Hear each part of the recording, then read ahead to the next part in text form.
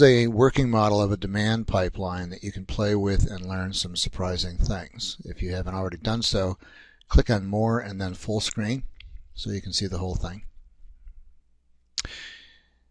The pipeline goes through the middle, and I'm going to run this model so you can see, you can get an idea of how it works.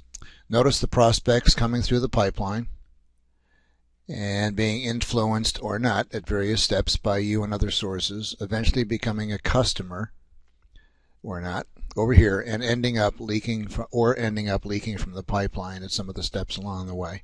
This model was developed to represent what actually happens in the IT market as tracked by Tectel Corporation over 25 years and in 50,000 surveys.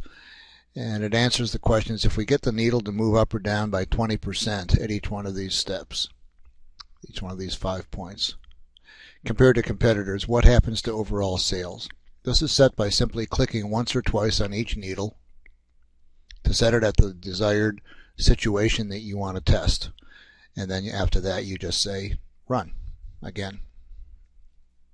You can compare the results of each run on the revenue chart down below. In this case, when we cut the ability to have the net positive opinion generated, the results were quite a bit worse than when it was average.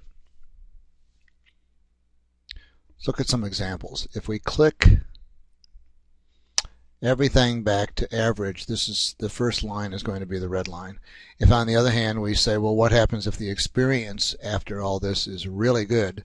What happens then to the revenue chart? So we set it up to high and set the other things to whatever we want, but just for comparison I'm going to leave them at average. Click run. Once again, it runs the prospects through, but under different circumstances this time, and it tells you what the reaction is going to be to in the market under these kind of circumstances where experience has been high this time. And you can see that there's quite a bit of additional revenue that's generated because of the experience being high. We usually presume that better marketing means better results, but sometimes that's surprisingly not true.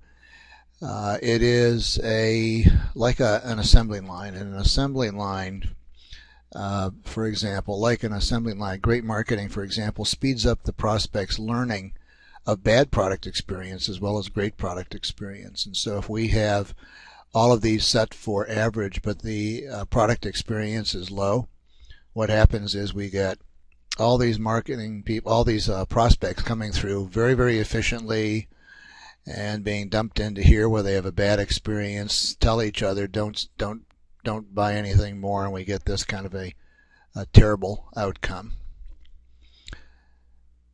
Turns out that it's more important to balance the demand assembly line, to balance the contributions of all departments than optimize any one part.